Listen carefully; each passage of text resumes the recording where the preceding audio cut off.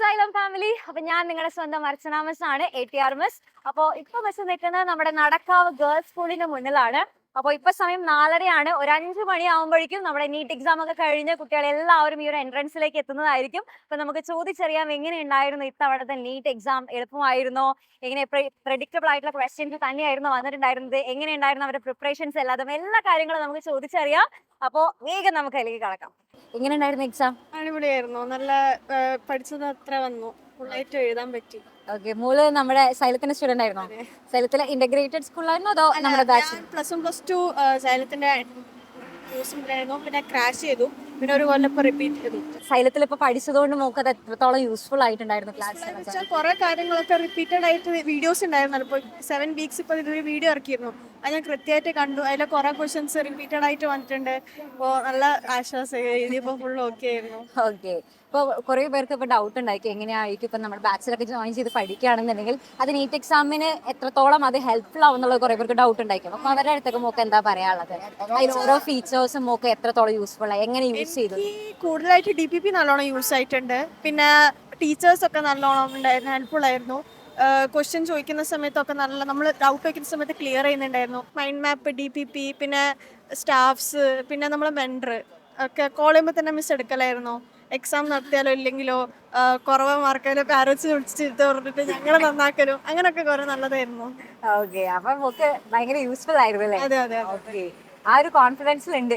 അതെ, അല്ല സൈലത്തിൽ ചേർന്ന കാരണം എനിക്ക് ഇത്രയെങ്കിലും കിട്ടിയെന്നൊരു ആശ്വാസമുണ്ട്. എക്സാമിന് ടൈം മാനേജ്മെന്റ് എങ്ങനെ ഉണ്ടായിരുന്നു? ടൈം മാനേജ്മെന്റ് ഞങ്ങൾ ഓൺലൈനിലുള്ള സമയത്തും വെൻഡറൊക്കെ പറഞ്ഞിരുന്നു, നിങ്ങൾ ക്രാഷിനുള്ള സമയത്ത് എങ്ങനെയാ ചെയ്ത് അതേമാതിരി ചെയ്യുക വെച്ചാൽ, ലൈക്ക് എക്സാം എഴുതിയ മോക്ക് എഴുതിയ ഫസ്റ്റ് ബയോളജി അങ്ങനെയല്ല, അപ്പം അതേമാതിരി ചെയ്താൽ സുഖമായി തീരും. അപ്പോൾ ഞാൻ പിന്നെ മറ്റേ മെത്തേഡ്സ് ആയിരുന്നു യൂസ് ചെയ്തത് വെച്ചാൽ, ആദ്യം 10 മിനിറ്റ് ക്വസ്റ്റ്യൻ പേപ്പർ അനാലിസ് ചെയ്യാം. അപ്പോൾ അതിൽ നിങ്ങൾക്ക് പെട്ടെന്ന് ഒരു 30 സെക്കൻഡിൽ അറിയുന്ന സാധനങ്ങൾ പെട്ടെന്ന് ടിക്ക് ചെയ്ത് പോവാം.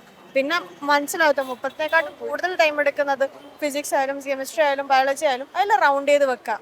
എന്നിട്ട് കഴിഞ്ഞിട്ട് നമ്മളെല്ലാം സോൾവ് ചെയ്ത ശേഷം അത് 30 സെക്കൻഡ് നമ്മൾ അത്ര ലാഭിച്ചല്ലോ ബാക്കി ക്വസ്റ്റ്യൻസിന്. അപ്പോൾ ആ ടൈം അതിലേക്ക് ഇടാം. അപ്പോൾ അങ്ങനെ ഓക്കെ ആയി, നല്ല ഫുള്ളായിട്ട് അടിപൊളി. ഓക്കെ, അപ്പോൾ നന്നായിട്ടുണ്ട് കേട്ടോ, നല്ല സെറ്റ് ആയിട്ടുണ്ട്. നമുക്ക് ഏതെങ്കിലും സബ്ജക്ട് ബുദ്ധിമുട്ടായിട്ട് ഫീൽ ചെയ്തിട്ടുണ്ടായിരുന്നോ? ഫിസിക്സ് ആണ് കുറച്ച് ബുദ്ധിമുട്ടായി തോന്നി. ബയോളജിക്കും കെമിസ്ട്രിക്കും അത്യാവശ്യം നല്ലതായിരുന്നു. എന്തായാലും ആ ഒരു കോൺഫിഡൻസ് ലെവലിൽ ഞാൻ എന്തായാലും സമ്മതിച്ചു. നല്ല ഇതേപോലെ തന്നെ എപ്പോഴും ലൈഫ് മൊത്തം നല്ല കോൺഫിഡൻ്റ് ആയിട്ടിരിക്കട്ടെ. All the very best. നമുക്ക് എന്തായാലും നല്ലൊരു റാങ്ക് തന്നെ കിട്ടട്ടെ. ഓക്കെ, എങ്ങനെയുണ്ടായിരുന്നു? ഓക്കെ, ഭയങ്കര NCERT ബേസ്ഡ് ആയിട്ടുള്ള ക്വസ്റ്റ്യൻസ് തന്നെയായിരുന്നു വന്നിട്ടുണ്ടായിരുന്നത്. NCERT-യിലുള്ള ക്വസ്റ്റ്യൻസും ഉണ്ട്, അത്യാവശ്യം അപ്ലിക്കേഷൻ ആയിട്ടുള്ള ക്വസ്റ്റ്യൻസും ഉണ്ട്. ആപ്ലിക്കേഷൻ ട്രിക്കി ആയിട്ടുള്ള ക്വസ്റ്റ്യൻസ് ഉണ്ടായിരുന്നോ?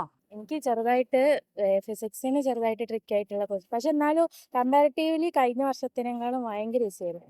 എക്സാം ഫിസിക്സ് കുറച്ച് ടഫായിരുന്നു, കുഴപ്പമില്ല. ബാക്കിയൊന്നും കുഴപ്പമുണ്ടായിരുന്നില്ല അല്ലേ? നമ്മൾക്ക് എല്ലാ ക്വസ്റ്റ്യൻസും ഏകദേശം നമുക്ക് NCERT നന്നായി പഠിച്ചൊരു കുട്ടിക്ക് നന്നായിട്ട് എഴുതാൻ പറ്റും. സൈലം കാണലുണ്ട്. സൈലം കാണലുണ്ട്, നമ്മുടെ കുട്ടിയാണ്. സൈലം ഇന്നും കുറെ നോക്കിനു. ഇങ്ങനെ ക്ലാസ്സസ് ഒക്കെ യൂസ്ഫുൾ ആയിരുന്നോ? നല്ല യൂസ്ഫുൾ ആവും. ഓക്കെ, പ്ലസ് ടു എല്ലാം കൂടി നല്ല യൂസ്ഫുൾ ആണ്. ആദ്യത്തെ ഫസ്റ്റ് അറ്റംപ്റ്റ് ആണോ? ഫസ്റ്റ് അറ്റംപ്റ്റ് അല്ലേ? Okay okay. അപ്പൊ ഫിസിക്സ് ഒഴിച്ച് ബാക്കിയുള്ളൊന്നും വലിയ പ്രശ്നമൊന്നും ഉണ്ടായില്ല അല്ലേ? അടിപൊളിയായിട്ട് നന്നായിട്ട് എഴുതാനൊക്കെ പറ്റി അല്ലേ? ടൈം മാനേജ്മെന്റ് എങ്ങനെയായിരുന്നു? ടൈം മാനേജ്മെന്റ് ക്വസ്റ്റ്യൻ കുറച്ചൊരു ബുദ്ധിമുട്ട്, ബാക്കി ഓക്കെ. ബാക്കി എല്ലാതും ഫിസിക്സിന് കുറച്ച് ടൈം എടുക്കുന്നത്, സമയം എടുത്തത്. ബാക്കിയൊന്നും വലിയ പ്രശ്നമായിരുന്നില്ല. Okay okay. ഇത് NCERT പഠിച്ചൊരു കുട്ടിയാണെന്നുണ്ടെങ്കിൽ അടിപൊളിയായിട്ട് എഴുതാൻ പറ്റും. ഓക്കെ, സൈലത്തിന്റെ ക്ലാസ്സസ് ഒക്കെ കാണാറുണ്ടോ? സൈലത്തിലെ സ്റ്റുഡൻ്റ് ആണ്. സൈലത്തിന്റെ സ്റ്റുഡന്റ് ആണോ? ഓക്കെ, ബാച്ചിലുണ്ടായിരുന്നോ?